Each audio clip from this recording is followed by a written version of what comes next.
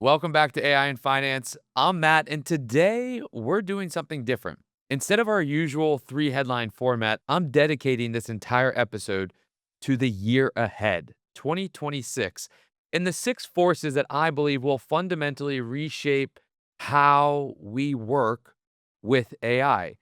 Here's what struck me as I was researching this episode and putting together my thoughts for 2026 is that we're not in this quote, wow, it talks phase of AI anymore. That era is over. The novelty has worn off. 2026 is the year AI stops being a science fair project and really becomes infrastructure. It's the year that I think CFOs and founders really take over from the innovation labs because the year where the cool matters far less than cash flow from the utilization of AI. And for us as wealth managers, this shift changes a lot in what we're doing because when the hype fades, what remains is utility and ROI and value, right? The question is no longer what can AI do? We all know that. It's what will we as firms and organizations command it, being AI, to do. Over the next half hour, I'm going to walk you through six predictions that I believe matter most for our industry. Some might surprise you, some might worry you, but all of them, I hope, will prepare you for what I believe is coming. And remember, these are predictions. They're not all going to come to fruition, but they should get us all thinking about what is possible to come to fruition in the year ahead. So, with that, let's dive in. Prediction number one, I call the great ROI reckoning.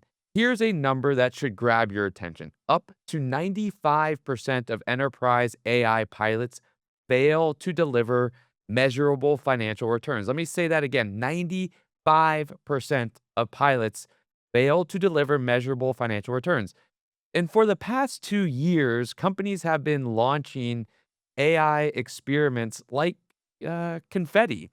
Innovation labs, hackathons, centers of excellence, all spinning up projects to show leadership how they are using AI and that they are doing something with AI. But 2026 is, I think, the year when that music stops because the data is brutal.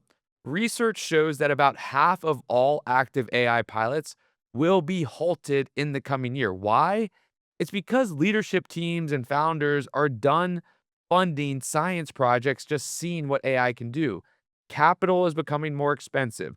The bar for technology spend has gone way up. And the era of let's try it and see what happens, I believe is starting to end. And it's emerging a new era. The era of show me the value is starting. Here's the fascinating part. It's not that AI does not work. The technology is incredibly capable. The problem is how it's being deployed. Most firms make a critical mistake. They bolt AI onto broken processes. They automated bad workflows.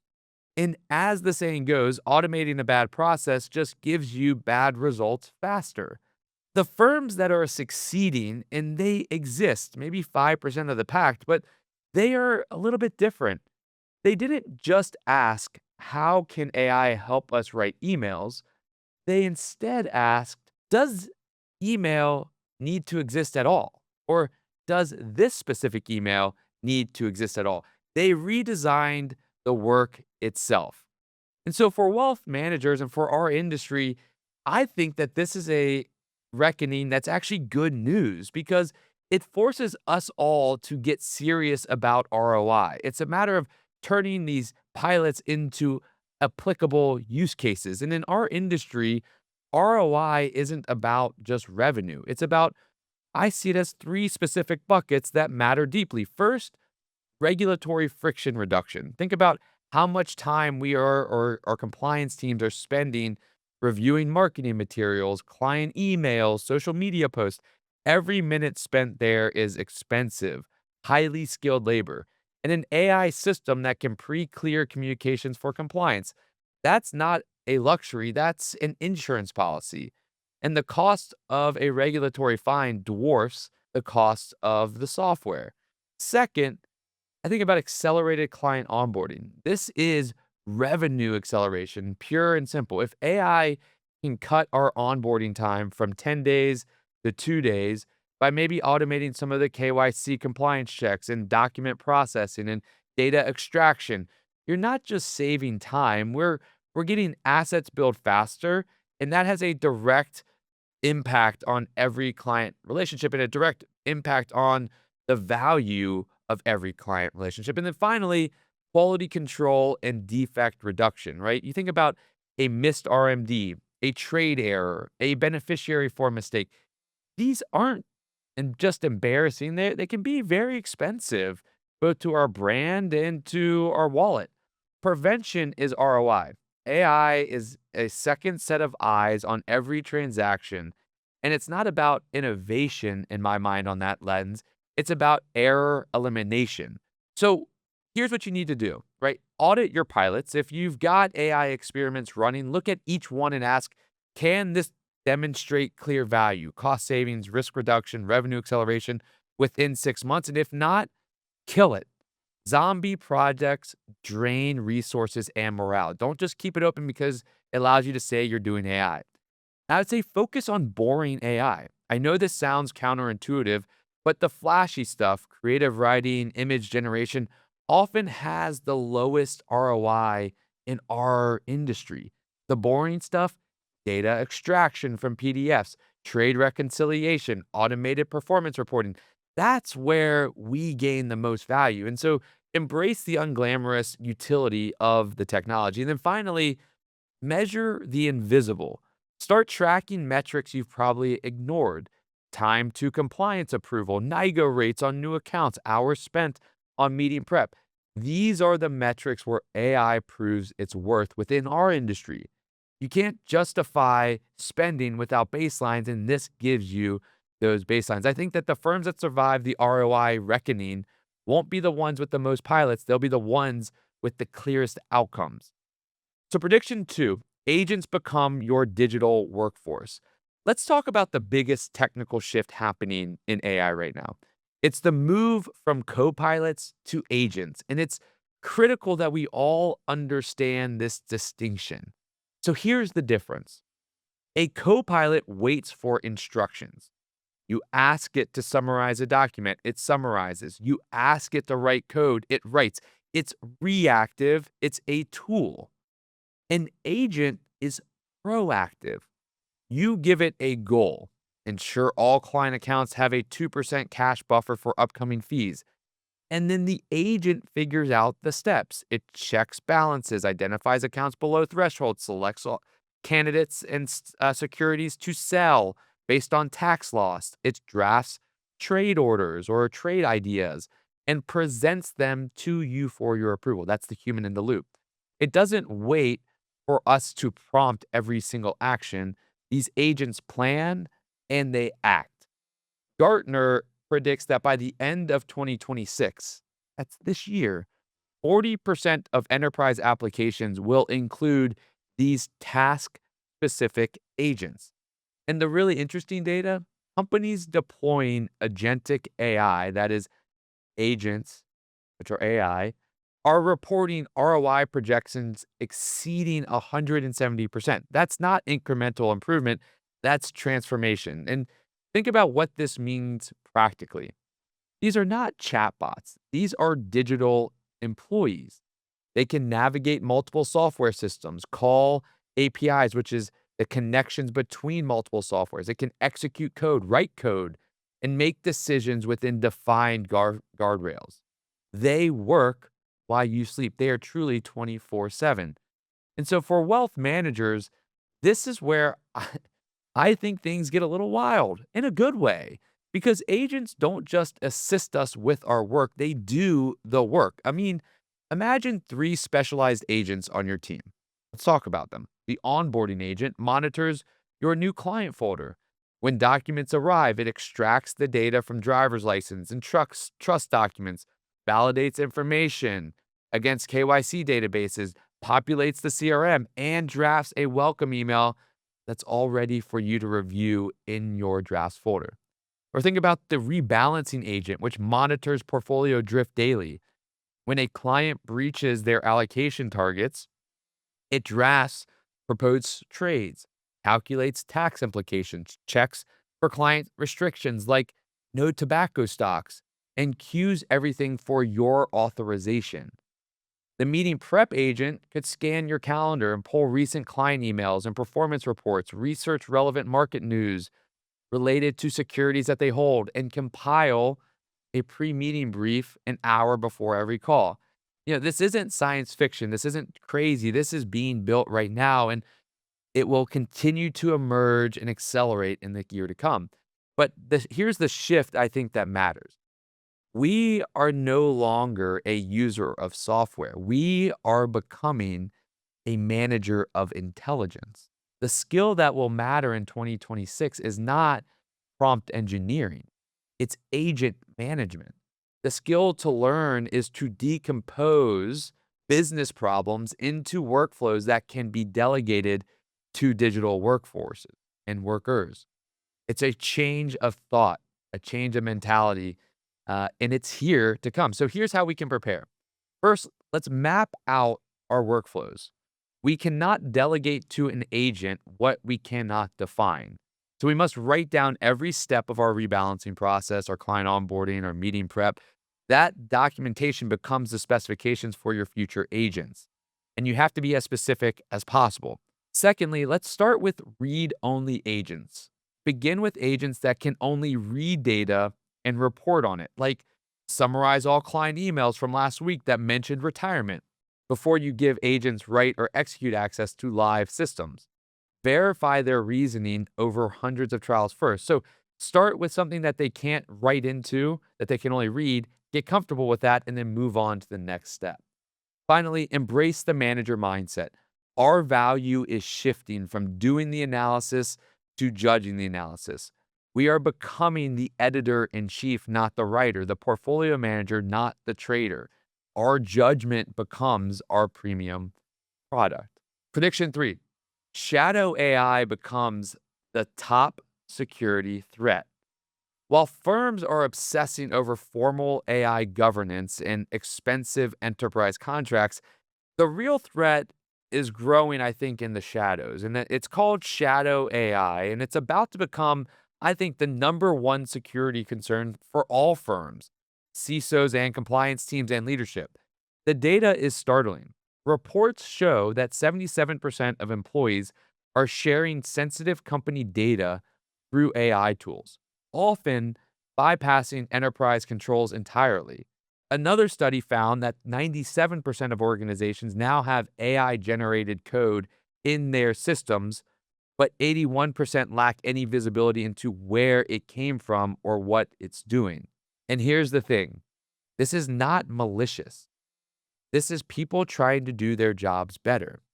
They paste meeting notes into personal chat GPT to generate summaries. They upload spreadsheets to optimize formulas. They use free tools to debug code. And in doing so, they're creating a massive blind spot. Recent research predicts that 2026 will see a major headline grabbing breach traced back to shadow AI. Not sophisticated hackers, just a well meaning individual team member pasting the wrong thing into the wrong tool. And so, what does it mean for wealth managers? Well, this is existential. Our entire industry runs on trust and confidentiality. If a client's portfolio details, estate planning strategy, or social security number leaks because someone used a public tool to optimize something, the regulatory fines would be severe and the reputational damage terminal. But let's be specific about the vectors, right? The meeting summary, for instance, an advisor records a sensitive client meeting on their phone, uploads it to a free AI note taker app. That transcript with net worth, family secrets, health information is now on a third party server with unknown data retention policies. Or the Excel hack, right? An operations person pastes a client list with names, dates of birth, and account number into a chatbot to write a formula that list just entered the training data. Or the investment memo. An analyst pastes a draft containing material, non public information into an LLM to improve the tone.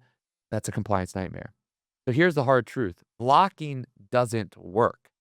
If you block ChatGPT on your corporate network, People will just use it on their personal phones. The solution isn't prohibition, it's provision. We can't just say not to use it. That is being blind and deaf to what is happening. Our people inside of our organizations are using AI tools in their daily life, and they're using them in their professional life, whether we allow them or not. So the best thing to do is to help control that by training, providing guardrails, and giving them access to the tools as well. So here's some action steps. Deploy the quote grandma rule, right? Create a simple heuristic for every employee. Never paste anything into an AI tool that you wouldn't be comfortable seeing on the front page of the Wall Street Journal. If it passes that test, you're probably okay. Something simple that they remember. Don't tell them a whole list of things that they can't. Just tell them what they cannot paste, like social security numbers or account numbers. Make it simple to make it manageable. Audit your browser extensions immediately. Many productivity helpers have broad permissions to read everything on your screen, including your CRM and custodial platform. So remove anything that IT hasn't vetted. So create a process for IT to vet all these things. And finally, demand enterprise tools.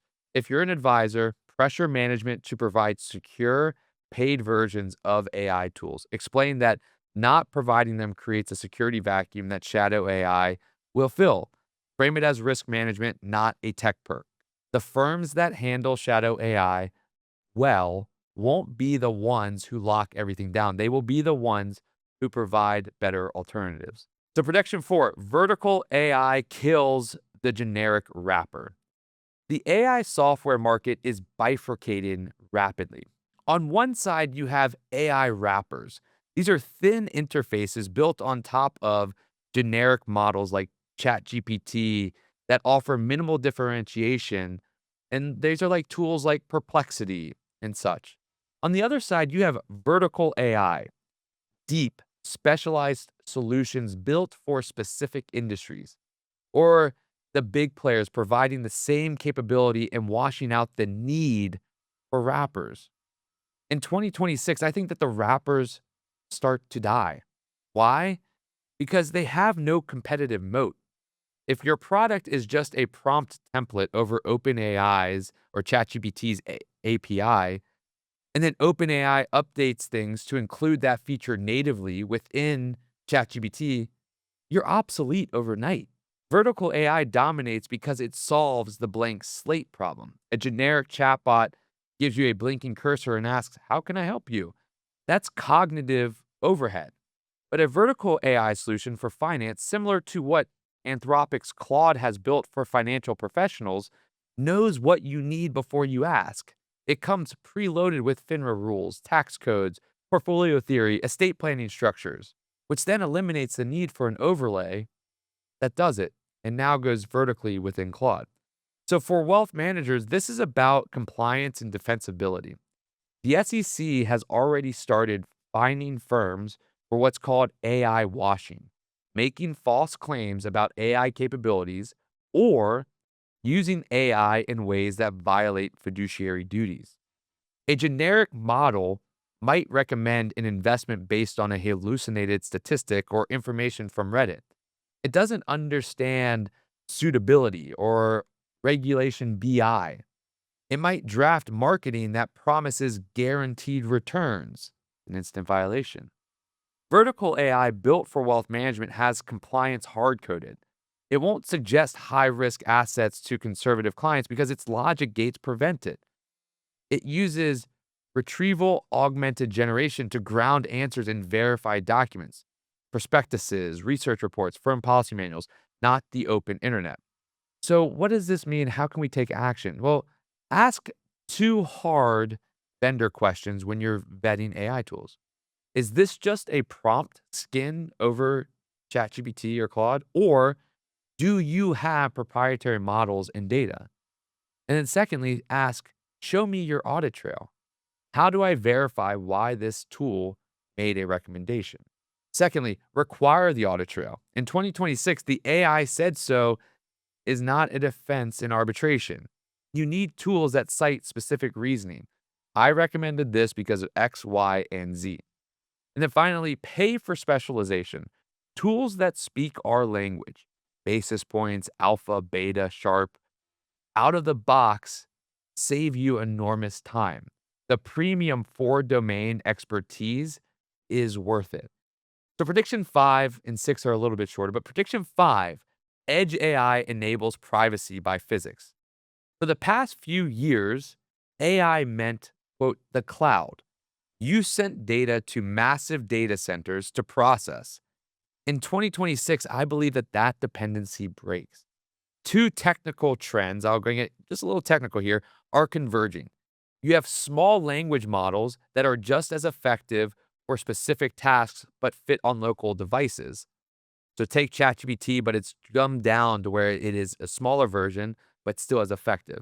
And then you have neural processing units now built into every new laptop and tablet.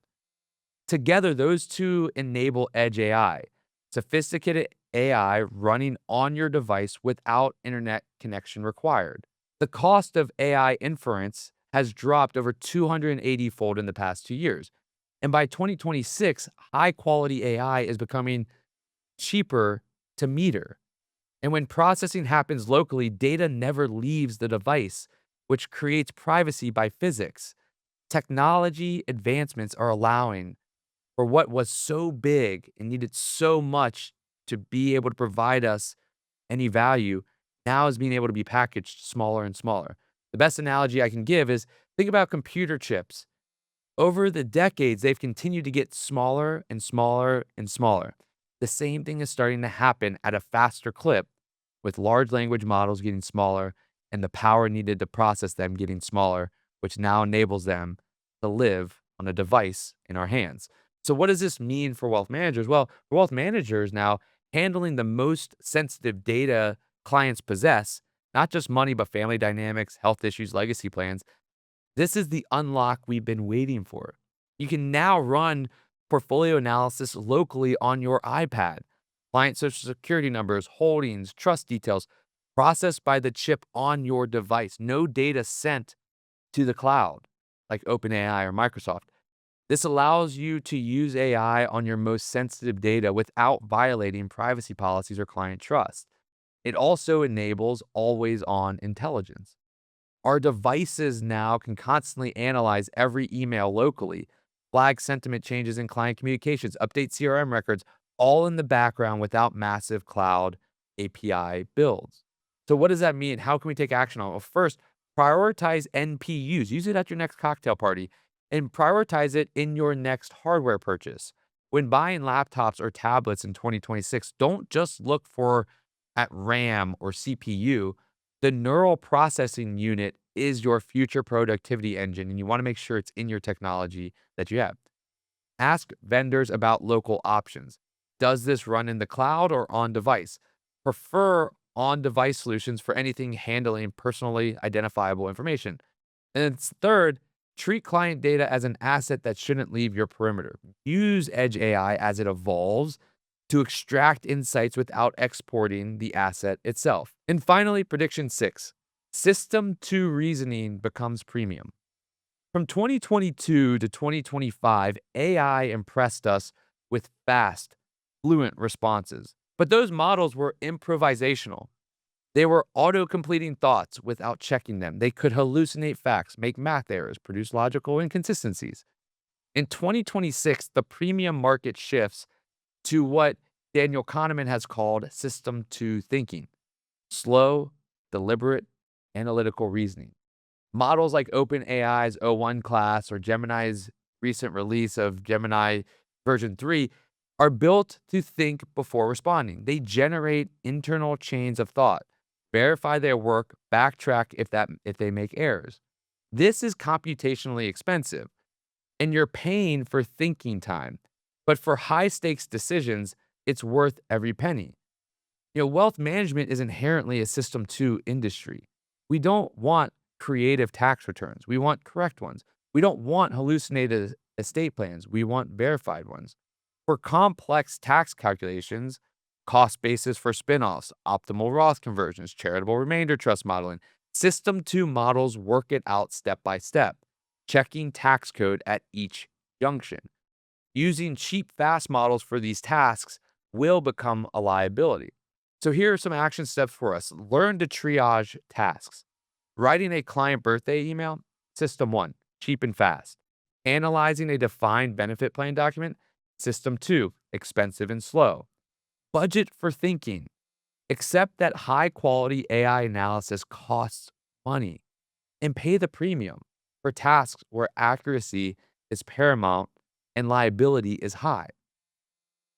And then think about it this way: use system two to check system one. Have a fast model draft something, then use a reasoning model to review for errors and compliance risks. That's how you blend the two. So there you have it.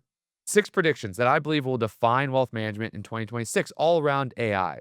The ROI reckoning that kills half the pilots, the agentic workforce that turns you into a manager of intelligence, the shadow AI threat lurking in good intentions, the vertical AI solutions that understand our industry, the edge AI that keeps data local, and the system two reasoning that thinks before it speaks. Here's the theme that connects all 6 predictions. AI is no longer a spectator sport. The era of passive consumption, where you just chat with a bot and marvel at its response, is ending. The era of active orchestration is beginning. You're not just a user of software anymore. You are becoming, we all are becoming, the architect of a hybrid practice. If our value proposition is based on tasks that an agent can do, like rebalancing, reporting, basic planning, then we're in trouble. But if our value proposition is based on orchestrating those agents to deliver a level of service and personalization that was previously impossible, that is the future proof advisor. The tools are ready, the costs are coming down, the reasoning is deep. The question for 2026 isn't what AI can do, it's what we will command it to do. Thanks for listening to AI in Finance. I'll see you next month.